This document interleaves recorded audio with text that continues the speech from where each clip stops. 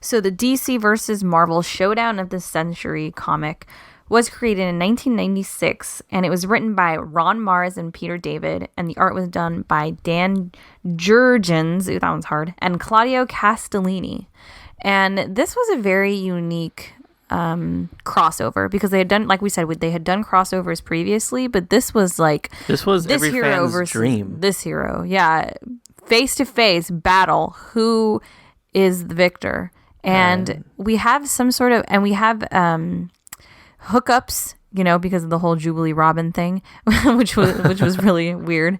But we have like hookups and makeups and everyone getting together, seeing their commonalities and seeing their differences. But they actually do fight in this comic, which is cool. But the thing is too, is that they fight not because they're really like opposing each other. They fight because they have to, because they're fighting for survival. So, yeah. Tony, do you want to get into sort of the story and how this all happens? So basically, the story hinges around two brothers called Access, and it's basically one brother realizes that the other brother exists, and that's when you get a rift or tension in the universe. And I think it's caused by cosmic events. They don't really go too far in explaining it. So basically, one universe exists between one brother, and the DC universe exists between the other brother. And these guys are like huge. You know what I mean? Like you think Thanos and Galactus and all that. They're above the level of like the Living Tribunal and the Spectre, which is pretty cool. Yeah, and actually you get to see the Spectre and Living Tribunal like in contrast against these two brothers, and they're like little specks on their swords, which is really cool. Yeah, definitely. So you have like these two huge, I mean, that's the story. It's kind of like an urban legend, but that's what it is. So these two brothers, each universe exists between the a brother, and they become aware of each other's existence. And because they become aware, they feel like they have to fight. So they basically pick the best heroes out of each of their respective... They're champions, they call them. Yeah, their respective universes, and they pit them against each other. And the first book is actually really cool because we have the draft, sort of. We have these brothers like drafting their heroes, and it happens to the heroes in such like a cool way because they just start disappearing from their cities, and they are just placed in these cities in their crossover universe, and it's cool. And so like Spider-Man, before we get into it, let's talk a little bit about the art, because this is very 90s. I mean, you got Superman with the mullet, you've got Nightwing had a mullet too. You've got Bruce Banner with the white I don't want to call it wife beater. What's it called? A tee? Yeah. Right? Is that what people still call it nowadays? What, wife beater? Yeah. That's fucking horrendous. I know. Just call it a white t-shirt. Okay. Or tank top. And he's not like he's not brute Hulk. He's got Bruce Banner's psyche. So he's that Hulk. So this is very 90s in terms of the animation, and this is really a dead time for comics before this is where the sales weren't too good. But anyway, you were getting into Spider-Man appearing into Gotham City.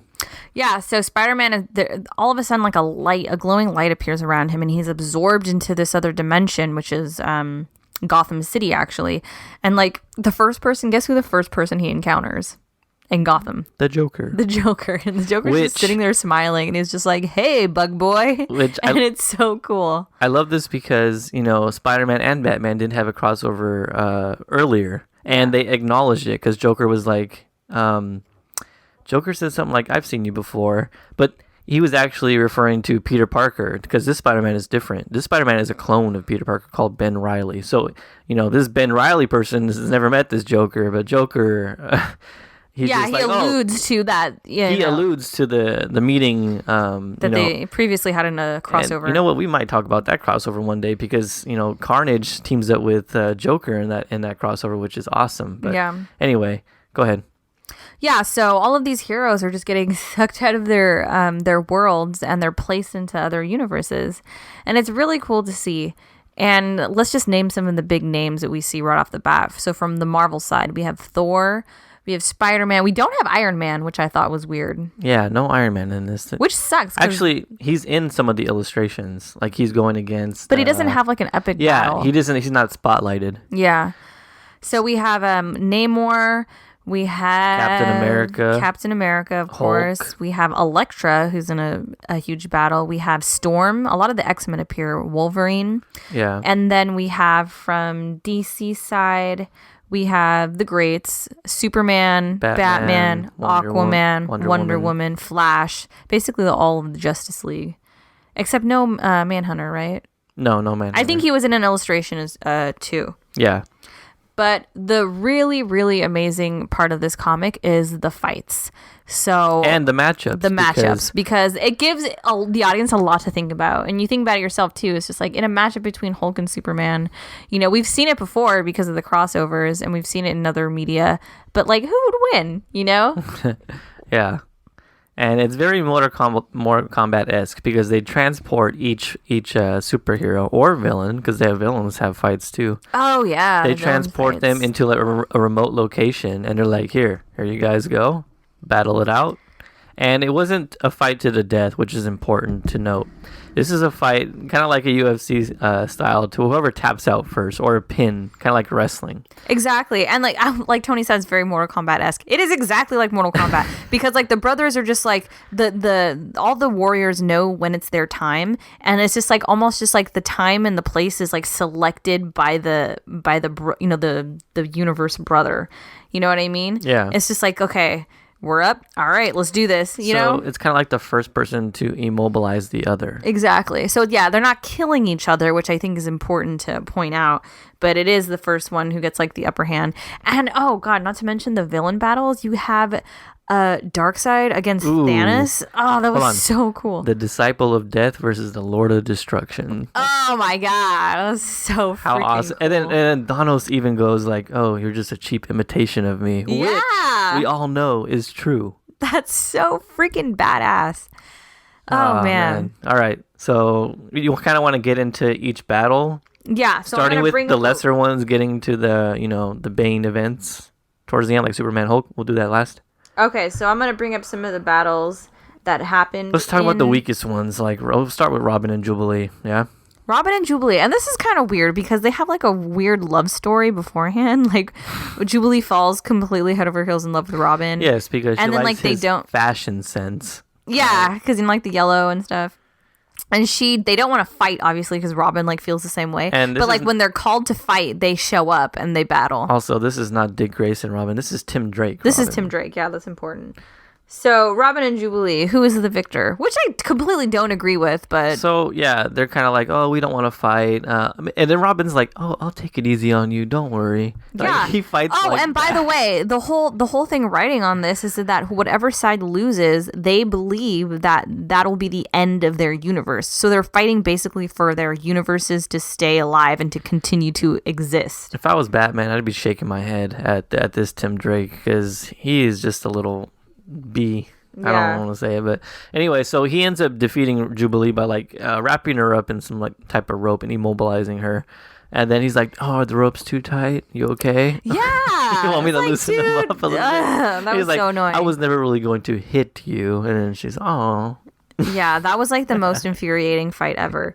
But yeah, in a fight between Robin and Jubilee. But I mean, it's Jubilee. Obviously, the victor is going to be Jubilee. It's too bad she didn't have that stupid love clouding her mind. Why do you say it's Jubilee? Just because she has the mutant power? Are you kidding me? She has the pyrotechnic energy. She has the blast. She's a fucking mutant. She has way more abilities than Tim Robin Drake. is Batman light. So Robin's no joke either, especially Tim Drake, who's one of the smartest people in the DC universe. Okay, but I honestly think Jubilee. I mean, who do you think? I think Robin would have won, and she even takes a shot at Robin in this too. She calls him. She's like, "Wait a second." She's like, "I want to go easy on you because you have no powers." Yeah, and he's like, "Who says I need them?" Yeah, right? Which is cool. Classic Batman line. But anyway, so that was the first victory, and that went to Robin. Let's talk about the next fight. All right, we're gonna talk about Elektra versus Catwoman. Okay. And this was pretty funny because Catwoman was like, "Wait, why am I here? I was never considered myself a hero." Yeah, she was just like, I never proclaimed to be a hero. She was like, I shouldn't be doing this. That costume though, in this was sexy to you? Yeah, I love that costume. Yeah, it's that bright, well, not bright, but the magenta / purple looking one where it's like a form-fitting one, and then has a nice cowl on it, and yeah. So in the matchup between Elektra and Catwoman, who do you think came out victorious? What do you mean? There was a clear winner, and it was Elektra. Because remember? No, I know this. I know, but for the fans, Elektra, never mind. She won, and she should have won because she should have won. She's an assassin, and she's got training from all around the world. Catwoman is essentially just a jewel thief who's very slick and very tactile. Yeah. But I think they went the right way in this because Elektra in some sorts matches up with Daredevil, and we all know Daredevil's level. So yeah, I think. What do you think about their dialogue throughout the fight? I thought it was cool. I like how Elektra kept referring to herself as just like, do you know who I am? She's just like, my job is to kill people for a living. She was like, there's no way this is going to end good for you. Yeah. So I thought that was funny. Okay. And then also, this is pretty funny too, a nod. Catwoman loses by falling into kitty litter. Which is, Batman Returns style. Yep. Very cool. All right. So Elektra, obviously the victor. Now we have a really cool one because we have their doppelgangers basically going at each other. Aquaman versus Namor. Ooh, this is awesome. Yeah. Who else would you put against Aquaman? I mean, Namor is the exact person that I'd put up against him. They're both the king of Atlantis. Yeah. And their own respective universes. And they kept mentioning that too. They're like, Aquaman was like, or no, Namor was like, well, I don't know what kind of king of Atlantis you are, what king of an imposter Atlantis you are, but yeah. I'm the real king. And Aquaman was taking shots at Namor like, oh, you're big and bulky and you move really slow. Like didn't he say right before Aquaman lands the final blow? Doesn't he say like that's your downfall, Namor, because you're too? He points out a major flaw in Namor. He wouldn't cheat to win. Yeah, you're too good of a guy to cheat to win. Let's talk about this Aquaman. This is Fishhook Aquaman. Okay, yeah. This is badass Aquaman before the New 52 badass Aquaman. Yeah, this is Fishhook, and he's got that really scraggly beard and long hair. Yeah, the grungy one. And I love this Aquaman. And if they did this Aquaman as, if Jason Momoa, if they had the idea, to make this type of Aquaman, I wouldn't be disappointed. I think this is a badass Aquaman. Yeah, me too. But I enjoyed their fight. Aquaman was faster and swifter. He's like, I can keep dodging you all day. And Namor was pretty much... He actually lands the final blow by getting like a killer whale to like jump on him. He had roped... From behind him. He had roped Namor. And then, I forgot his last line in this, but it was pretty badass. It was like, well, now you're immobilized. Because, he uses a killer whale to, like, land on him, like she just said. But yeah. Awesome battle. Aquaman being the victor. And, like, every time, it's cool, too, because every time a winner is announced, the other people in the roster get alerted. Basically, just like, oh, no. They get tweeted. Yeah, they get tweeted. Like, Aquaman lands the final blow, and then DC 2, Marvel 1. Yeah, Thor's just like, oh, shit, dude, Aquaman just took out Namor. Oh, before we get on to the next one, do you think Aquaman would have won this, if you were... I think so. I would have put my money on Aquaman. Why? I don't know. This Aquaman's just way more badass, dude. Namor is the first flying superhero, but Aquaman is the, one of the founders of the Justice League. He was in, the first issue. And, Namor can't communicate. I don't know if he can communicate with ocean life, but, Aquaman is just more of a household name. If you go to any person on this, I don't want to make this a popularity contest because that's what it's sounding right now. But you know what, too? Because of the fans had to vote for who they wanted to be victorious, Aquaman was the obvious choice because more people knew of him. Namor's kind of just not on the same level as Aquaman is. Yeah, exactly. In terms of, recognition. So, anyway, next battle. All right, so the next battle we have is a very cool one, and it is the Flash versus Quicksilver, which is the battle we all want to see, honestly. Dude, come on. Very cool battle, and they picked the perfect two people to go against each other because I know there are other speedsters in each universe, but these are the two main ones that are more relevant. And so Quicksilver gaining traction with the whole X-Men Days of Future Past role, which Evan Peters played him, and he was awesome in the role. And then you have Grant Gustin's Flash right now on TV. But anyway, so these are big names now. Yeah. Like Quicksilver was kind of just not as big as Flash, but with the introduction of him in Days of Futures Past, and plus the introduction of Quicksilver going to be in the Age of Ultron, he's going to blow up. So I think in terms of popularity contest, Quicksilver's now giving Flash a run for his money. But no pun intended. Hey, I didn't even mean to do that. So anyway, let's talk about the battle. So you had them, racing at first, which was cool. Yeah. And they're talking shit to each other. Flash is like, you're pretty fast, dude. But guess what? I'm the fastest man alive.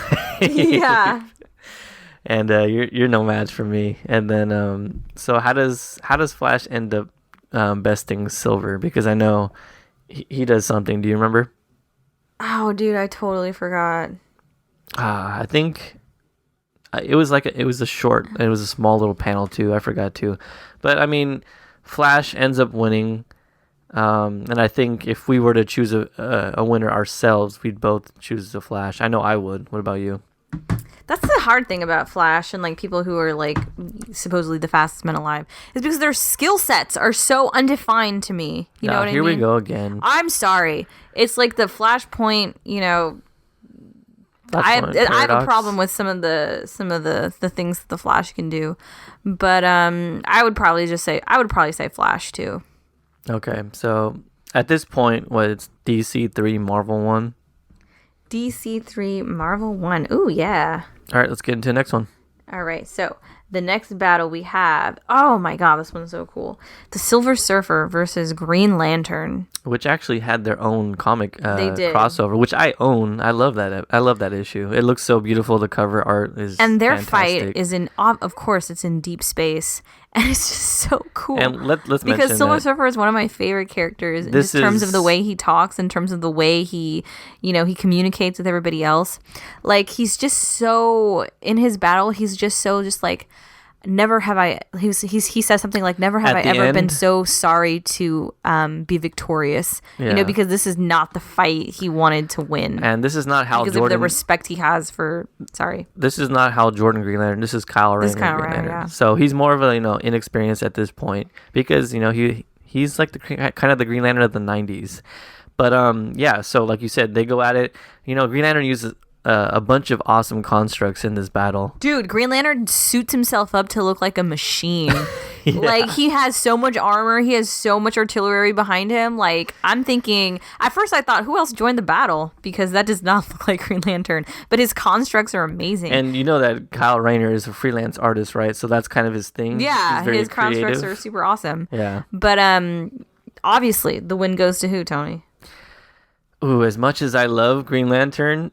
I would have chosen Silver Surfer too. I would have won the Silver Surfer, right? Because of experience factor and Silver being one of the most powerful heroes in the Marvel Universe.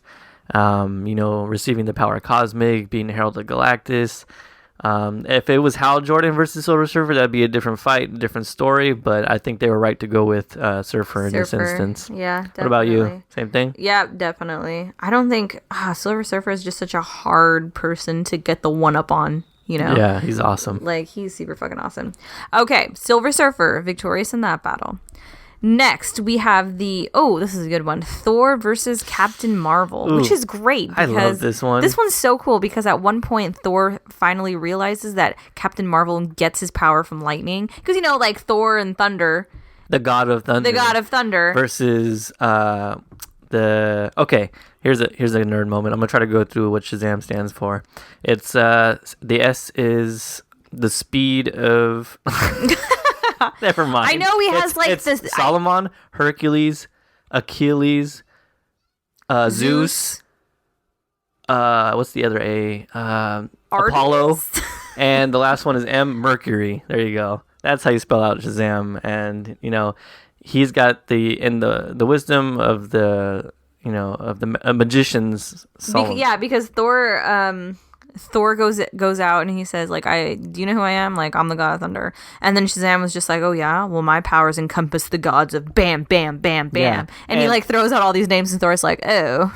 But it was a very cool moment in this. We're like, oh well, both us as heroes containing the power of the gods, the only suitable thing to do right now, and they both pray. Yeah. which is fucking They badass. pray to their gods, which is so cool to see. Yeah. So the battle itself, go ahead and talk about it. I don't even remember the battle. Basically, they were kind of like going blow to blow. Thor was at one point Thor loses his hammer. I think this is very important towards because it comes up later. Yeah. Yeah. Thor finally realizes that Shazam becomes powerful, but he's, his other version of himself is Billy, right? Shazam is like stuck between a bunch of things that have fell on him as Shazam. So he uses Shazam to transport into, or not transport, but to get all that shit off. Turn into Billy Batson and get out of the rubble. Yeah. So then Thor's just like, hey, that's cool. I found your weak point. And then towards the end of the battle, Thor loses Mjolnir, and that's very important because it's going to come back later. But then Thor gets the upper hand and defeats Captain Marvel. Yeah, because he's in his Billy Batson form. Yeah. So if you were counting this, what would you go with, Thor or Captain Marvel? Honestly, hold on. Let me correct at this point in time, he is Captain Marvel, but Thor versus Shazam. Well, Shazam did expose probably his greatest weakness. But I mean, out of necessity, he had to do that. So honestly, if he stayed the entire fight as Shazam, I would go with Shazam. But Thor wins for obvious reasons. And I would probably go Thor just because, they, in the movies, they underhype Thor's power. I think Thor, being the god of thunder, is another up with Silver Surfer in terms of one of the most powerful people in the Marvel universe. And the character Shazam has always been kind of immature and kind of inexperienced, and he gets the power from all these gods, but he doesn't really know how to use them all the time. Mm-hmm. So I think experience and just power levels, Thor's gonna win here. But they went. I mean, they agreed with me. They went with Thor too. Yeah, and I think it's important to say that the previous battles that we talked about were decided by the actual writers, correct? They were decided by the two camps, because the next 5 we're about to get into were decided by fans. Really? Yeah. Okay. The top 5 battles were actually decided by... So this actually was a popularity contest, these upcoming 5 that we're about to discuss, because fans voted in who they wanted to win. I think they just base it on who they liked more, of course. So, next battle we have... I think we should save that one. Let's talk about Storm versus Wonder Woman. This one pissed me off. Why? I think it's really cool too because Storm always, because she's always just like, I'm the goddess. Like, she's like, I'm a goddess. And then Wonder Woman's like, and I'm an Amazon. Yeah. This one pissed me off because Wonder Woman ends up losing, and Wonder Woman is part of the Trinity in DC. She's one of the, the most powerful women ever in comics. Yeah. Storm is just, she's powerful, but she's part of the X-Men. She's part of a huge team. And I think it's really, this battle in particular is really cool too. Lightning. Because, let me talk. Because Wonder Woman actually finds Thor's hammer and she's able to lift it. Like, seeing that, I'm just like, oh, this fucking match is won. Like, what was cool too? What? I think they kind of made a nod to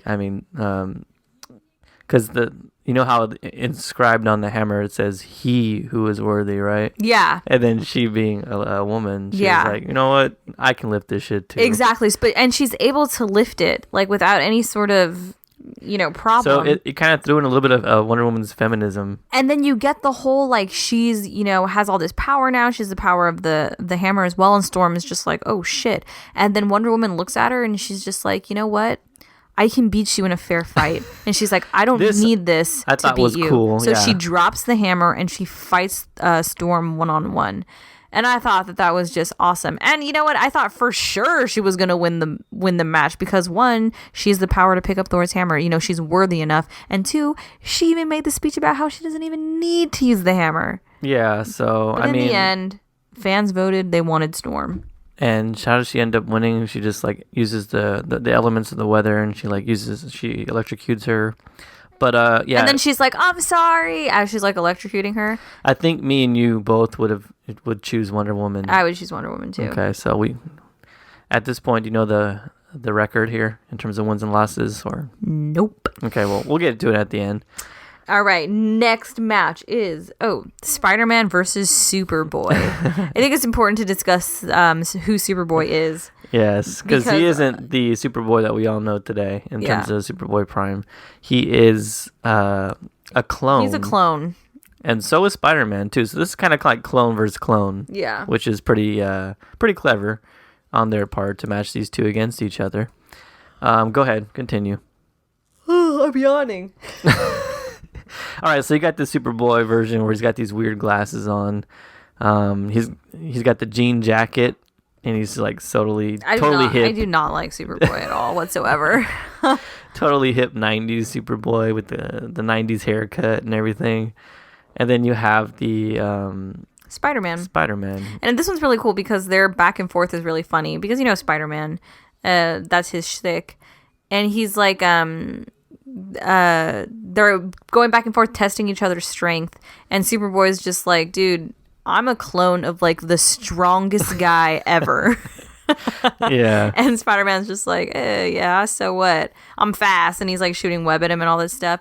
But I think I've got this is impact webbing. That's what he also says. Yeah, too. What kind of webbing was it? It's the Scarlet Spider's webbing. It's impact webbing. Yeah. So that is exactly how he immobilizes Superboy, and Spider-Man actually takes the W on this one. Yeah. What do you think about that? As much as I don't like Superboy, it's no contest. I think Superboy wins. Exactly. I mean, Spider-Man is a huge fan favorite. That's why he won. That is exactly why he won. Yeah. This was definitely a popularity contest on this one. Definitely. And if I was Superboy, but fuck you guys. To defend Spider-Man, Superboy is really inexperienced and brash and all over the place. Cocky.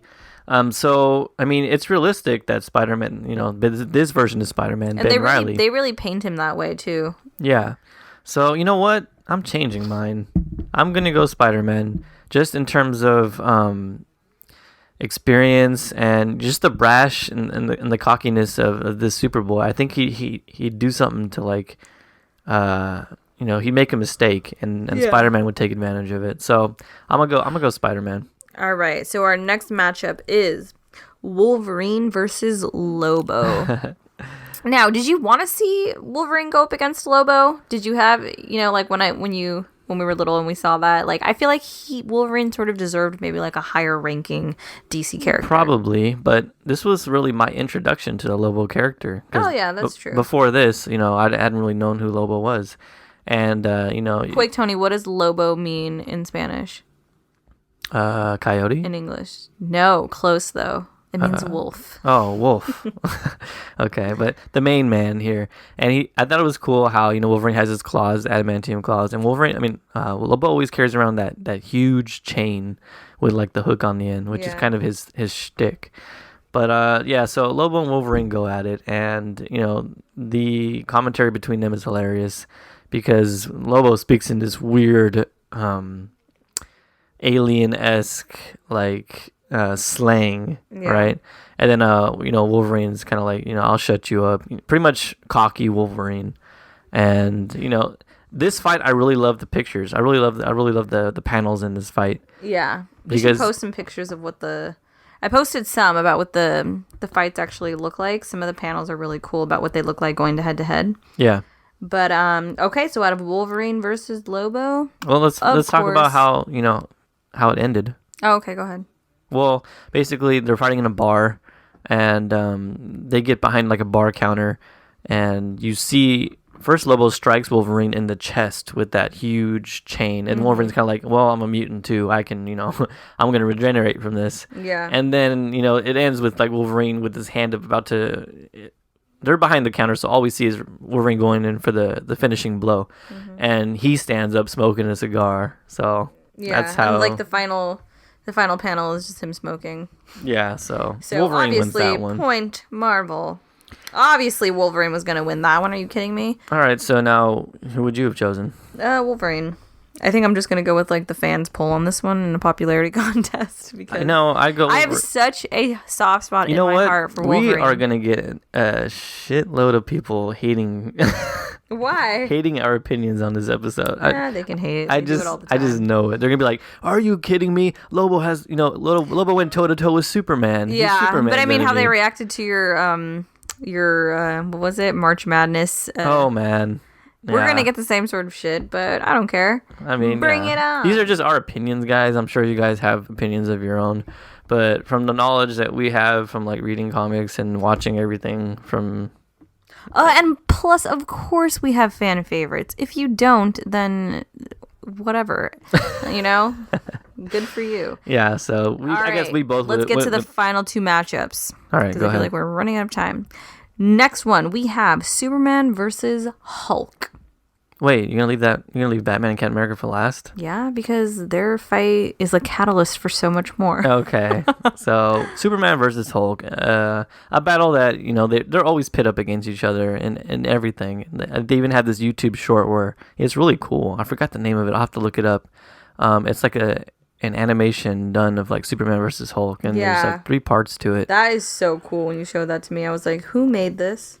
But yeah, Superman and Hulk, they've had their crossovers before, correct? Where they've battled each other? No, I don't think they actually... Yeah, they have Superman and Hulk? In comics? Yeah, they had a crossover. I swear they did. You know what? They might have. I don't really remember. Yeah, I swear, because I've seen them in a comic before. But yes, this is like our juggernaut of the Marvel universes. Of the Marvel universe. It's funny that you say that, because when in the beginning of the comic, Juggernaut's transported to Superman. But you're just full of puns today. Anyway, also something we didn't touch on, which I thought was pretty cool, is that Jonah Jameson, and not only do heroes mix universes, but civilians mix universes. Yeah, too. you have Spider-Man talking to Lois Lane, being like, "Hey, baby," trying to hit on her. And then she was like thinking in her head, she's just like, yeah, he's cute, but he's no Clark. He's no Superman. Yeah.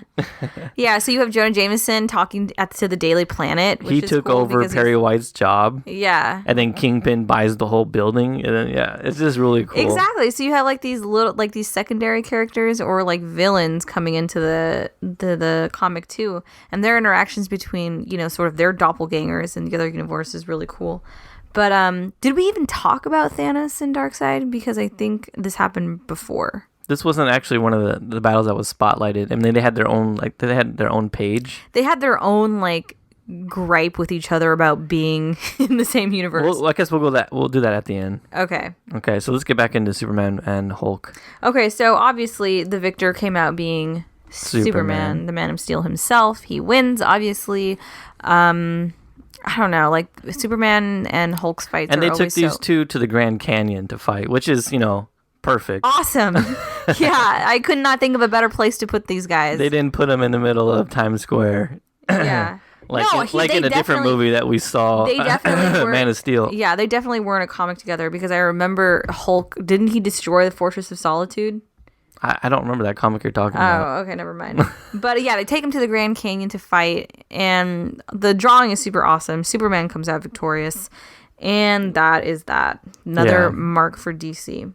So at this point, I think, I don't know who's leading, but the next matchup is Batman versus Captain America. And this is really cool just because, even though Captain America has powers, essentially, he's a super soldier, so he has that super soldier serum in him. He is more ground-based, and he's more kind of like UFC style, kind of like combat-oriented. And Batman, I think this is a great opponent for Batman. Yeah. Because, Batman is more wit and, also a ground-based character who's more into, contact. And it's really cool because it goes into, their ideals as they're fighting. You hear Captain America say something just you know what? Back in the 1940s, basically telling him his story and, I'm fighting for the people, I'm fighting for justice, I'm fighting for freedom. And, Batman has, this, a similar shtick, he's just I'm fighting for the people. I'm doing this because, there needs to be vengeance. There needs to be justice on the streets of Gotham. Yeah, and they even say if we weren't fighting each other, I'm sure we'd be great friends. We'd be brothers. So. Oh, so cool. It's so freaking cool. Yeah, but the way they kind of ended this fight was super lame. Do you remember what happens? Didn't they fall through water? And they're a Superman burst, and then Captain America gets swept up in the water, and then Batman has to he save saves him. Yeah. Yeah. And then this sort of starts the introduction of the superhero known as Access. Hold on, before we get into that, we all knew Batman was gonna win this because of fan voting, right? Yeah. There's no way Captain America is winning this because, in terms of popularity, but Captain America doesn't hold Batman's jock. Yeah, no, dude. Batman wins that from popularity contest alone. Yeah, but at the end you see Captain America like, oh man, like I failed my universe because I still lost. I mean, because it's technically a win for Batman because he saved Captain America. Yeah. But yeah, go ahead and you want to talk Darkseid and Thanos, or you want to go into? I want to talk to Darkseid and Thanos because all of this is happening, Thanos is having like a grand old time in the chaos. Do you remember that? He's reveling in it. Yeah, he's just like, cool, he's loving it. The destruction of the world, sign me up, And then you have like Darkseid come in, and they're just like, because in the comic you have like a panel where it says his face against Darkseid's face, and it is epic. Yeah, dude. but it's cool how they introduced Darkseid because Thanos sees a boom tube come in the distance, and we all know about Darkseid and boom tubes. So who do you think would win here, Darkseid and Thanos? Thanos. Yeah, Thanos. You say the name kind of weird, but shut up. Anyway, dude. okay, why? Because another cool thing though, like Darkseid actually says to Thanos, and he was just, doesn't he say something about like for being so enveloped with death, you will finally meet its sweet release, or something like that. Oh yeah, right? Awesome. So cool. But what about you, Thanos or Darkseid? Darkseid, 100%. Everyone doesn't know what I think about Thanos, but I think Thanos is pussy whipped. Basically, to be frank, his downside is his love for Lady Death. He's like whipped. He has one weakness, and it's a woman. Deal. That's a huge weakness. Oh, because it's a woman? You think he's no, because of his attachment to her, because he's whipped basically. Okay, you picked Darkseid, obviously. Yeah, I picked Lord of Destruction. I picked Darkseid. I think his Omega beams are awesome. And okay, this is a different story. Oh, Thanos has the Infinity Gauntlet. Okay, I was about to say that if Thanos had the Infinity Gauntlet, it'd be a different. Matchup. All he had to do is this. Look, I'm snapping my fingers, Tony. Like, see that? Yeah, and Darkseid would be the other half of the population that did not disappear. So I'm sorry, he'd be Dunskies. Okay, so anyway, let's end up here. So Access, the two brothers end up merging. Is that what happened, or are you gonna continue with this and save me on the podcast? Yeah. So then, I'll save you. So then we get like the whole backstory about like the two brothers, and they're becoming aware. And at one point, the two, what was their names? Who? The super guy. The super guy? Access. Sorry. So they created this guy who was like a shard of both of the brothers, and his name was Access. And he was supposed to serve as like, if they ever wanted to cross over in the future, he would like be the likely way that would make it happen. Dun dun dun. The beginning of the Amalgam Universe. Yeah. So at one point the brothers actually join hands. And this is where we see, like, all of a sudden, everyone's reality is shifted, and there is actually these things called amalgams. I don't know if they're called amalgams, or this is the Amalgam Universe, but you have a combination of both universes. Which I think you have Superman. I think we should save an individual episode to the Amalgam Universe. It honestly wasn't that popular, but I thought it was a cool concept, because it was something we had never seen before. So you had heroes from DC and Marvel combined. So you had which were awesome mashups. Let me speak. I'm just saying that they were awesome. You had Superman and Captain America combined, and they made Super Soldier. You had Wolverine and Batman combined, and they made Darkclaw. Awesome. Yeah, Darkclaw is awesome. So cool. So you had Iron Lantern, Amazon, which was which was Storm and Wonder Woman, Lobo the Duck, which was a Howard the Duck and Lobo crossover. That was so stupid. His name was Lobo the Duck. Yes.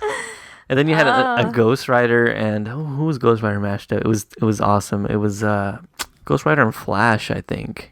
Really? And it was called Knight Rider. I forget. No, don't quote me on that.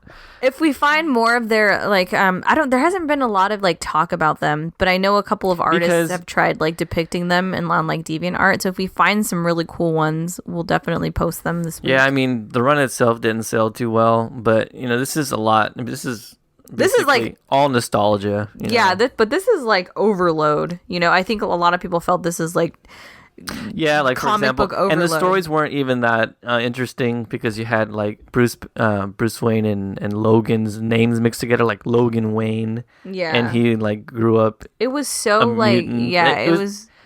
They'd mixed them up like in terms of their actual origin stories. I think if they would have created a totally new origin story, then it would have been cooler. Yeah. But so the Amalgam Universe was born in issue 4. And pretty much ends, this DC versus Marvel escapade. So, Karina, any final thoughts on it?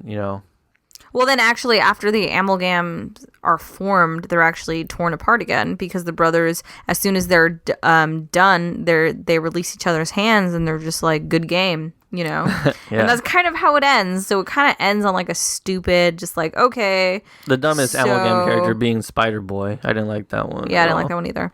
So it's basically one of those things where just like, it could have been a dream sequence, those movies where you watch the movies and it's just like, he was asleep the whole time. It's like, really? Okay. All right. But the concept was really cool. We thought it was revolutionary at the time, the whole amalgam, universe against universe. It gave a lot of food for thought in terms of, And come on, DC and Marvel, please give us a video game, a Marvel vs. DC video game. Yeah, if you on one of these next gen systems. If you haven't checked out our YouTube channel, go on to youtube.com/epicomicast, and we actually created a fan made trailer for. I did. Okay, I put my input in there. Okay, you took my advice and all that shit. Whatever. But Tony created a trailer for Marvel versus DC, and it's gotten a lot of views, and we worked really hard on it, so you should go and check it out. Yeah, it's called Marvel versus DC, Time to Get Real, and everything about it is in the description, and it's on our YouTube channel, which, did you already give the link to it? youtube.com/epicomicast. Yep, and it's on our website too, so you can find it anywhere. But that's a wrap for this. I hope you guys enjoyed us talking about, this Marvel vs. DC crossover.